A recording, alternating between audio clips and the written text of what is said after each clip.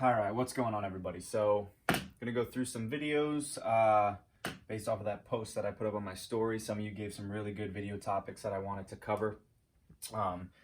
So yeah, first thing I'm gonna cover is tempo reps. Someone also said pause reps, specifically in a squat. So I'm gonna cover that because that's part of a tempo. So tempo reps, what are they?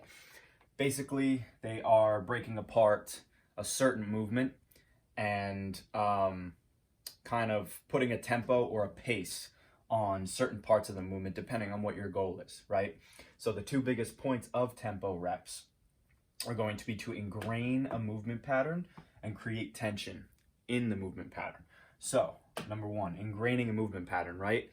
Tempo reps are huge for people that are learning a new movement pattern or are just trying to kind of reinforce a movement pattern, reaffirm it, and gain some more control in that movement pattern. So if you're talking about a squat, right? One tempo that'll give a ton of people, whether it's a beginner like a young athlete or someone that really hasn't done much of a squat before or needs to get back into it like an older person after an injury or something and build more control and feel the movement, I'll use a 3-0-3-1 tempo. That's just a really good way to not really overwhelm the person, but get them to really go through the movement slowly and get kind of more bang for your buck.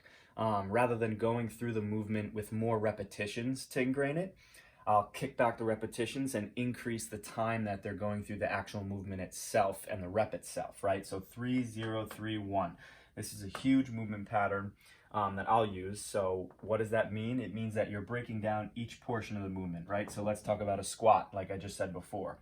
So the first portion of the movement is going to be the negative or the eccentric. So that's 3 seconds on the lowering, 0 at the bottom, 3 seconds on the concentric or the way back up, and 1 second at the top to kind of reset yourself, think about what you just did, and then get back in position and do that or execute that same movement again, right? So to ingrain movement pattern, huge to build up a good movement pattern with a specific lift and train, the line that the bar is moving, if it's a back squat or something like that, right? So second is to create tension. Teaching someone to create tension, feel their musculature more, put more tension on certain muscles or certain parts of the movement that you want to stress a lot more, right? So this is useful for time under tension as well. If you're trying to grow your musculature for like a bodybuilder or someone, rather than banging out a ton of reps in a movement, this can be huge to feel the movement a lot better, slow it down, put more tension on the muscle, create more progressive damage on the muscle, and kind of stimulate more muscle growth that way, right? So these will go hand in hand through that, and it'll also firm up the movement in trying to create more tension. So for example, I used to squat ass to grass all the way down, didn't really create a lot of tension. I've had some injuries from that.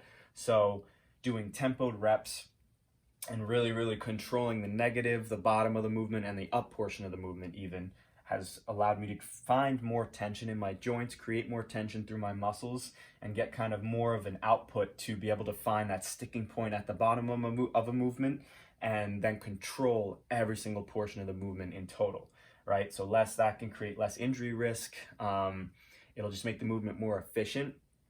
And it'll be much easier to progress it, right? Especially to break plateaus. If you're a lifter that's lifting even heavy weight and you're trying to figure out a way how to grind out more reps and you want to, kick it back a little bit, find yourself doing some tempo reps, start to instill that for maybe, a phase or whatever, a couple months, and then, see how the movement progresses after that, right? So a couple examples are going to be like a slow eccentric, so lowering.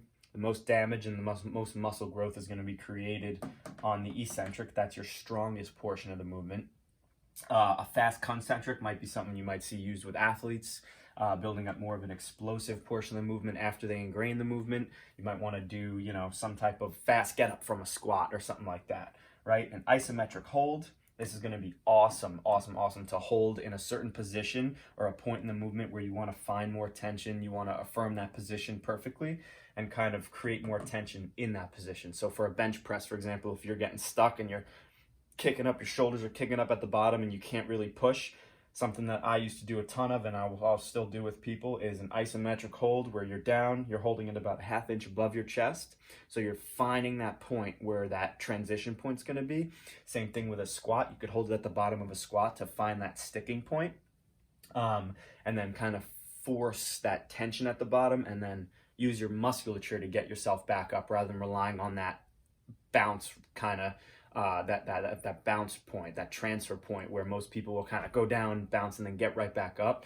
This is going to be huge to instill that bottom point and reinforce that, so it becomes much more natural as you progress more into a regular movement pattern and not really doing a tempo rep. So, and then 3-0-3-1, which is what I had told you about in the beginning. So yeah, man, for anyone that wants to push plateaus, learn a movement pattern, has trouble with a certain movement and wants to feel it more, bodybuilders, this is huge. If you're doing a row, want to feel the lats more, try to instill tempo reps. You can use it with every exercise just to reaffirm the movement, re-ingrain it, get better at it. All right, give it a try.